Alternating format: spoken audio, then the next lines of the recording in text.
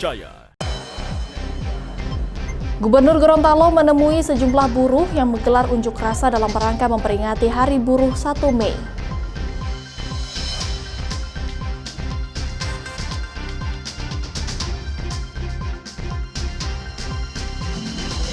Dinas Perhubungan Kota Gorontalo akan melakukan rekayasa lalu lintas dengan menerapkan jalur satu arah di sejumlah jalan di Kota Gorontalo.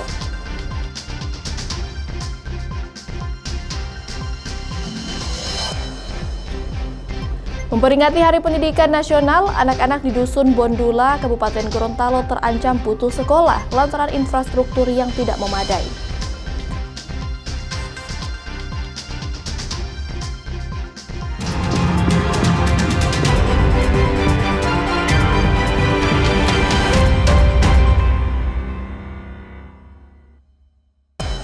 Kompas Gorontalo hari ini hadir dengan beragam informasi penting dan menarik dari Gorontalo dan sekitarnya. Selain 3 sorotan tadi, kami akan menghadirkan berbagai informasi terkini dalam Kompas Gorontalo hari ini. Bersama saya Puspa Sari, inilah Kompas Gorontalo selengkapnya di Kompas TV, independen terpercaya.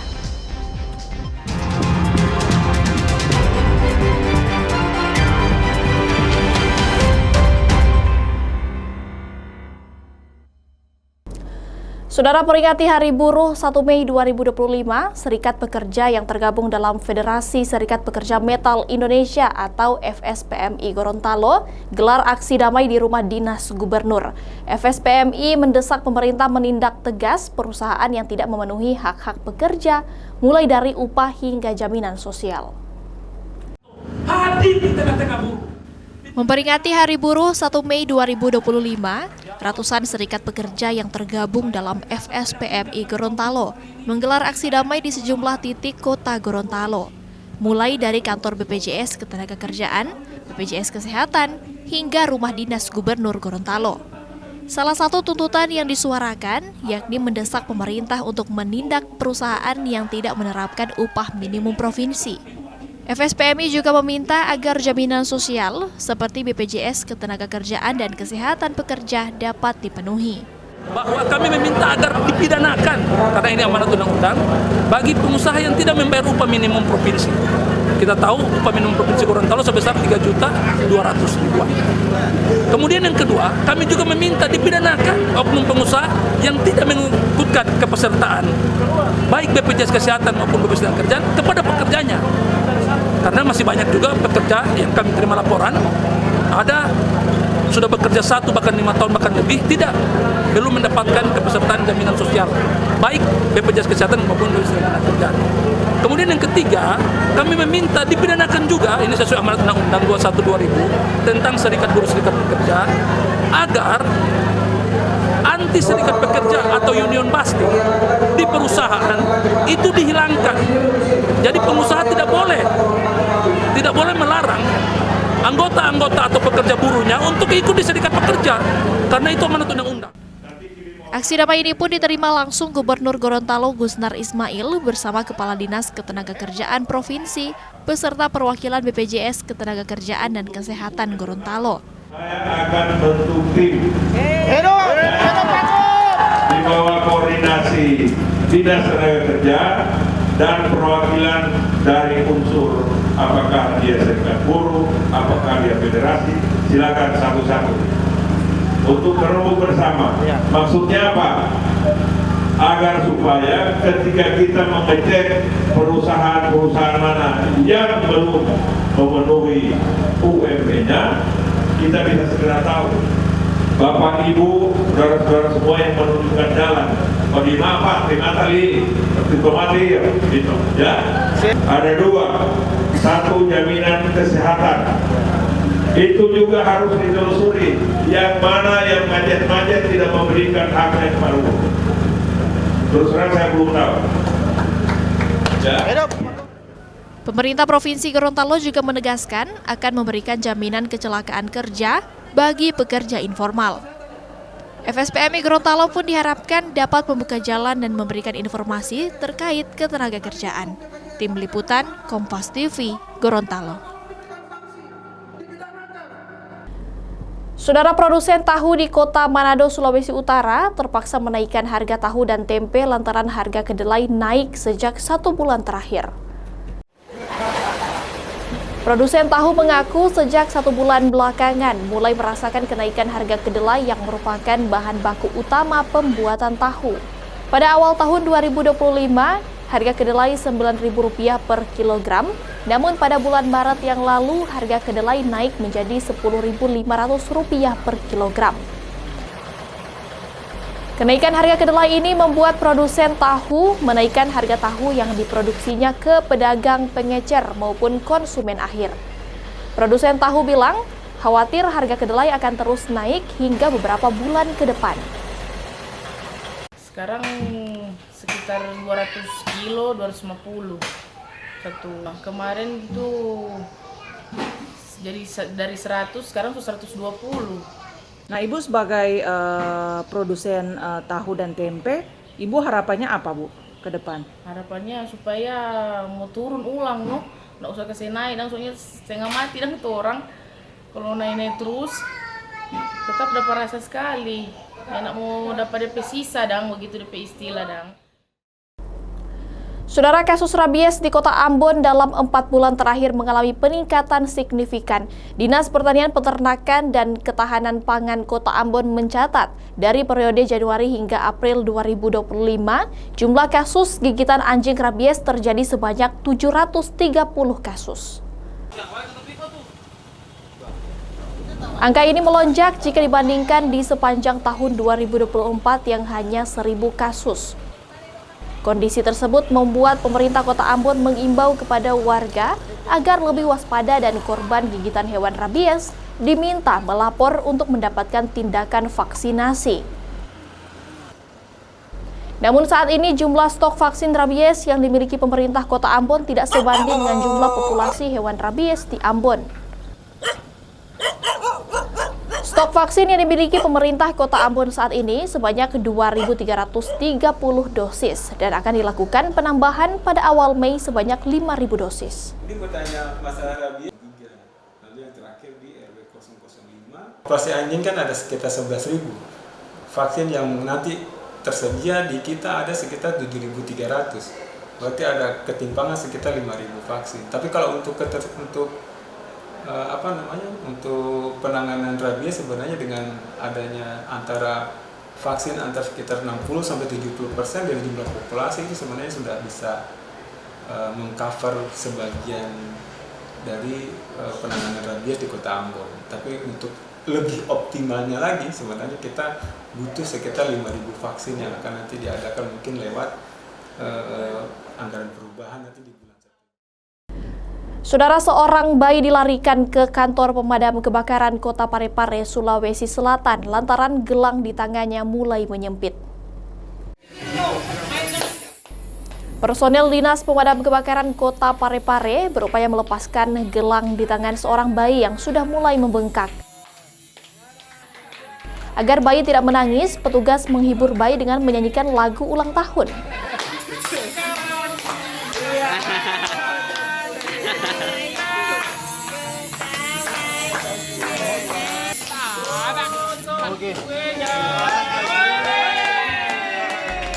Dengan berhati-hati, petugas membuka gelang dari tangan bayi berusia 10 bulan ini.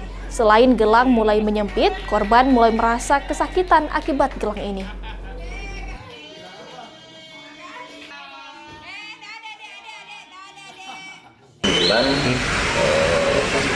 Operasi gelang. Gelang ini orang tua dulu bilang gelang ini yang terbuat dari kayu. Oh, artinya itu bukan emas, Pak, ya? Bukan. Tadi proses Pak, pelepasannya bagaimana, Pak?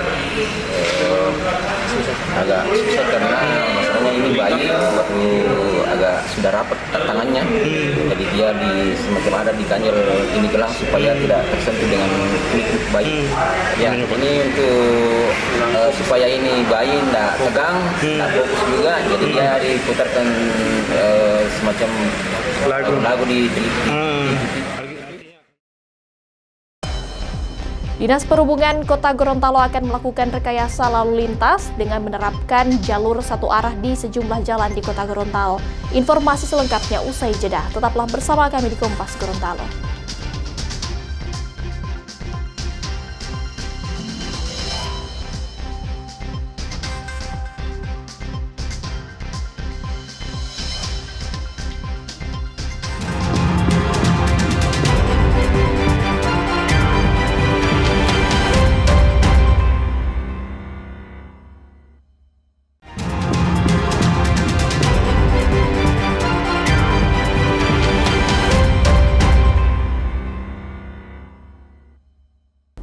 Terima kasih Anda masih bersama kami di Kompas Gorontalo. Saudara, demi mengantisipasi kemacetan arus lalu lintas, Dinas Perhubungan Kota Gorontalo berencana akan melakukan rekayasa lalu lintas dengan menerapkan jalur satu arah. Pelaksanaan sistem satu arah ini akan dilakukan mulai 1 Mei 2025 guna meningkatkan pemahaman dan kesadaran masyarakat.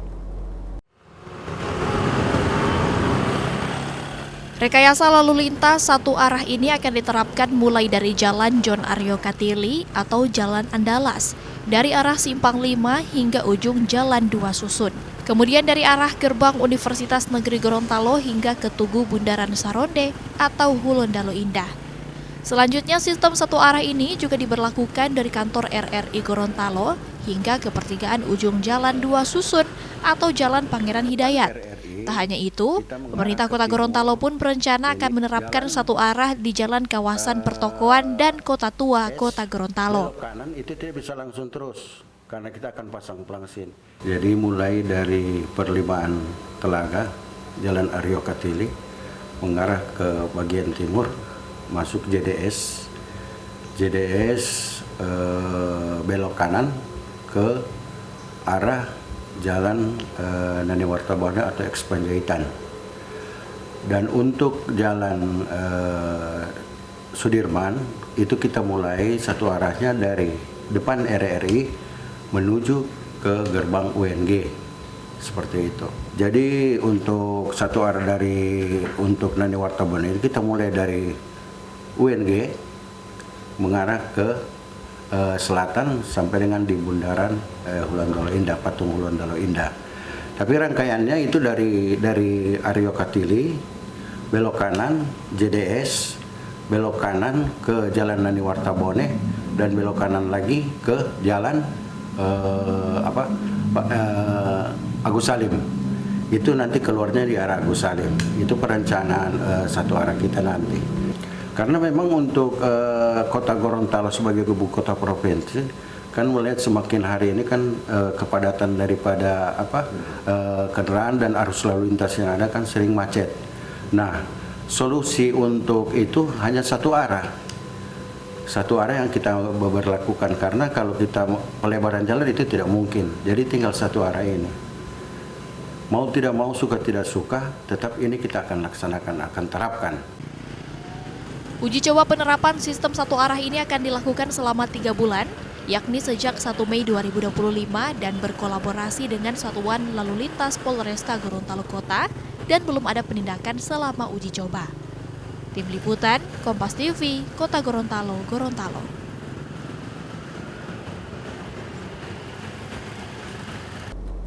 Saudara, UPTD Pelabuhan Perikanan Tenda bersama Satuan Polisi Pamong Praja Provinsi Gorontalo kembali menertibkan pedagang non-ikan di Pelabuhan Pendaratan Ikan atau PPI Tenda Kota Gorontalo. Seluruh pedagang non-ikan ini akan dipindahkan ke pasar umum. Setelah beberapa kali dilakukan imbauan dan peringatan, lapak pedagang non-ikan kini kembali ditertibkan oleh petugas Satpol PP Provinsi Gorontalo. Para pedagang non-ikan ini diminta untuk mengosongkan PPI Tenda sebagai langkah untuk mengembalikan fungsi PPI sebagai pusat jual beli ikan laut. Meski sebelumnya sempat menolak dan enggan meninggalkan lapak, namun kali ini para pedagang terpaksa merelakan lapaknya diangkat oleh petugas Satpol PP. Kepala Satpol PP Provinsi Gorontalo bilang, penertiban ini dilakukan dalam rangka penegakan peraturan yang ada berdasarkan koordinasi dengan Dinas Perikanan dan Kelautan Provinsi, serta untuk membantu para pedagang dalam memindahkan lapak ke lokasi yang lebih aman. Alhamdulillah beberapa tahapan yang sudah diselesaikan oleh Dinas Perikanan.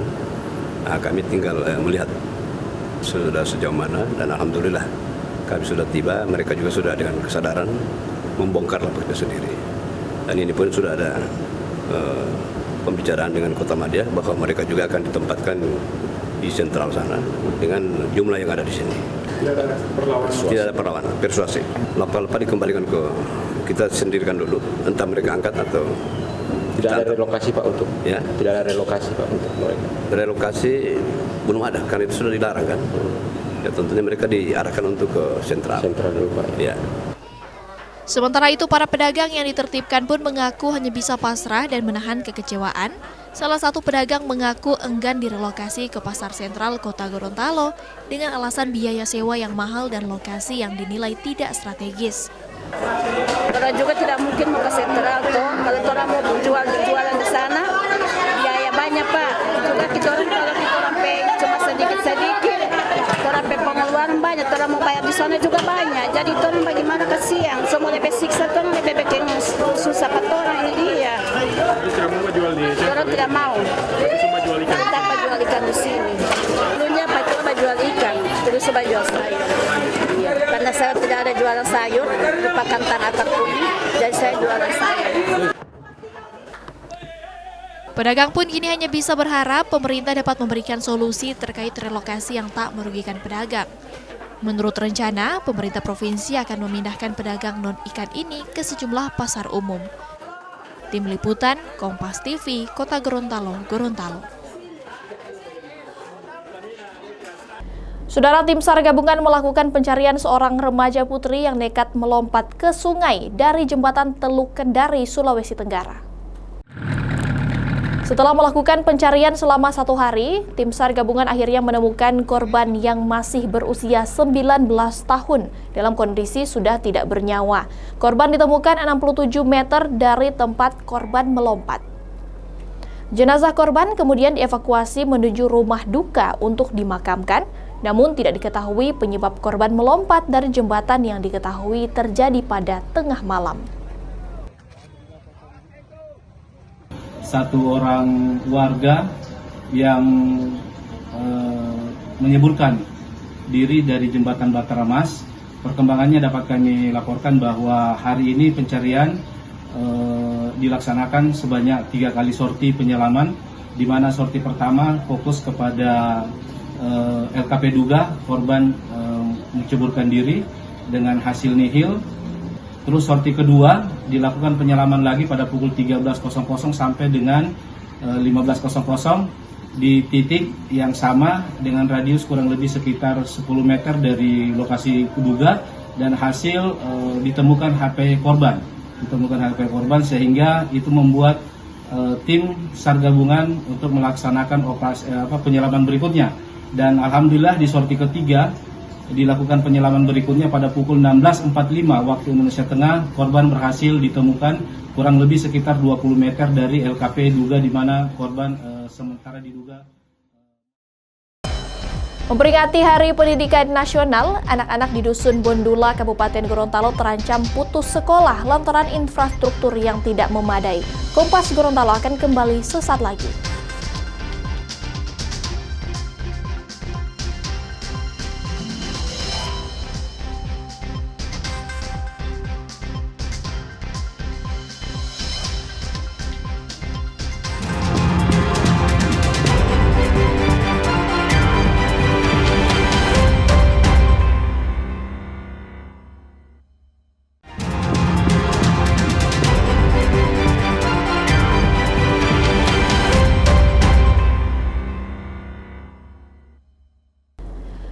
Anda masih menyaksikan Kompas Gorontalo bersama saya, Puspasari.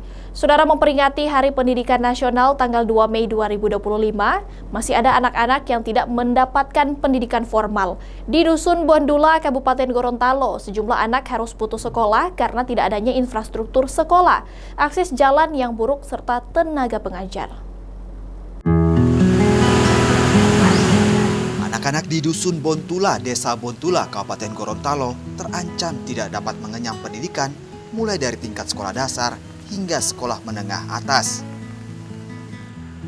Lokasi yang jauh di pedalaman membuat wilayah ini tidak terjamah lantaran akses jalan yang rusak sehingga gedung sekolah yang layak pun tak ada di dusun ini. Dahulu, anak-anak di dusun Bontula ini bisa merasakan pendidikan sekolah dasar di sebuah gedung sekolah yang seadanya.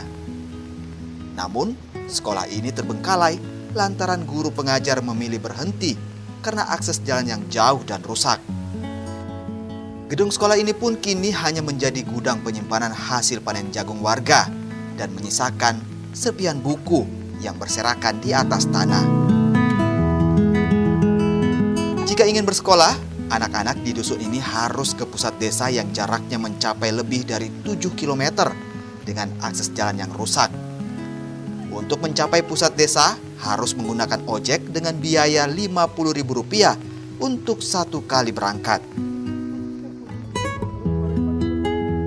Beberapa anak di dusun ini masih sempat mendapatkan pendidikan sekolah hingga kelas 2, sekolah dasar, sebelum sekolah mereka dibubarkan karena tidak adanya tenaga pengajar. Sekitar 34 kepala keluarga di dusun Bontula berharap agar kembali didirikan sekolah di dusun mereka, sehingga anak-anak mereka dapat mengenyam pendidikan.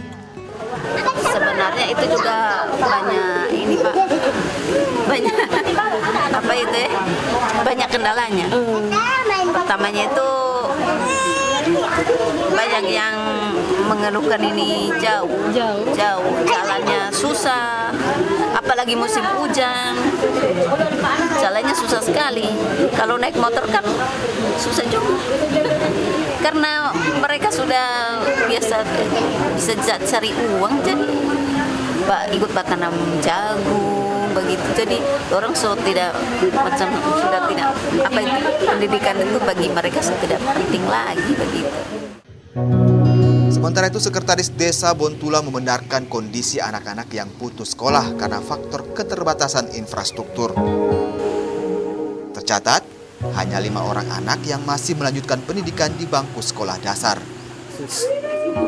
Guru pengajarnya kan tidak tinggal di sini, harus turun ke desa tetangga. Jadi mereka hari-hari harus ke sini, kemudian jumlah siswanya juga hanya terbatas.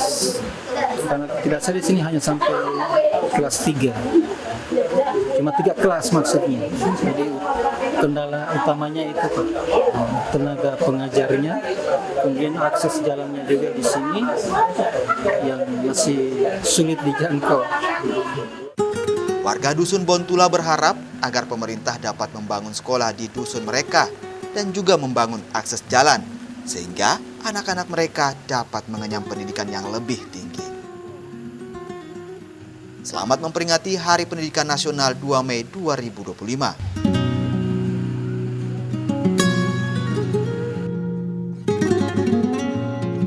Rizka Misma, Kompas TV, Gorontalo.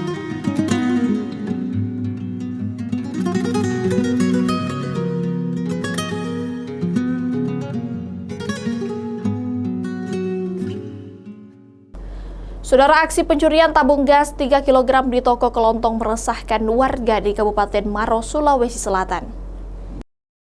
Aksi pelaku terbilang nekat lantaran beraksi di saat pemilik toko kelontong masih berjaga. Menurut korban, 2 pelaku beraksi dengan menggunakan sepeda motor. Modus pelaku berpura-pura akan belanja, namun saat pemilik toko lengah, 1 pelaku langsung mengambil 2 tabung gas LPG 3 kg, sementara 1 pelaku menunggu di sepeda motor. Korban sempat mengejar, namun pelaku berhasil kabur. Menurut korban, pelaku merupakan spesialis pencuri tabung gas lantaran motor pelaku terdapat karung berisi beberapa tabung gas LPG. Kejadian ini membuat korban rugi ratusan ribu rupiah.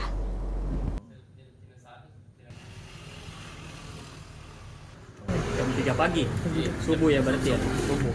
Buka 24 jam Pak? Buka. Memang orangnya 24 jam. Apa yang diambil itu Pak? Tabung 2. Tabung 2. Tabung ada 2 ya? Iya. Itu ada semua isinya tabungnya? Iya ada. Oh ada. Pura mau beli. Oh mau beli. Berapa orang Pak? 2 orang. 2 orang. Itu pada saat itu yang jaga warung ada atau enggak ada orang? Ada saya. Oh kita yang lagi jaga warung. Berpura-pura beli? Iya. Terus diambilkan Pak? Langsung diambil. Oh langsung diambil? Pasti enggak langsung diambil. Dan itu berapa menit kejadiannya? Tidak 1 menit. Tidak sampai 1 menit. Ya. Saudara, kedapatan hendak mencuri isi kotak amal masjid. Seorang pria di Kabupaten Pangkep, Sulawesi Selatan dihajar warga. Aksi pelaku terekam kamera pemantau. Dalam menjalankan aksinya, terduga pelaku berpura-pura hendak sholat di pagi hari saat situasi sedang sepi. Melihat kondisi sepi, pelaku kemudian berusaha membuka kotak amal. Warga yang curiga kemudian melihat hasil rekaman CCTV atau kamera pemantau dan mendapati pelaku ingin mengambil uang di dalam kotak amal. Warga yang kesal kemudian menangkap dan menghajar pelaku. Polisi kemudian tiba di lokasi usai pelaku babak belur dihajar warga. Pelaku mengaku nekat mencuri uang kotak amal untuk membeli minuman keras. Menurut polisi, pelaku baru seminggu bebas hukuman kasus pencurian sepeda motor dan isi kotak amal. Pakai apa itu uang? Kenapa sampai mencuri begitu? Minum-minum apa? Masyarakat atau warga yang melakukan ada kegiatan yang mencurigakan, sehingga disampaikan untuk mengecek CCTV yang ada di masjid. Nah, setelah dicek, kemudian diperhatikan gerak-geriknya, sehingga diperkirakan bahwa pelaku itu akan membuka kotak amal. Laporan dari warga ke pihak kepolisian, makanya dari Polsek dengan unit Sabara Perintis Polres Pangkep menuju ke lokasi tersebut. Saudara, informasi tadi sekaligus mengakhiri perjumpaan kita dalam program Kompas Gorontalo hari ini.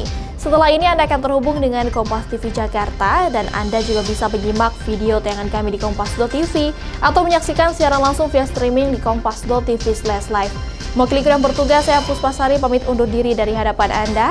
Tetap saksikan rangkaian program berita di Kompas TV, independen terpercaya.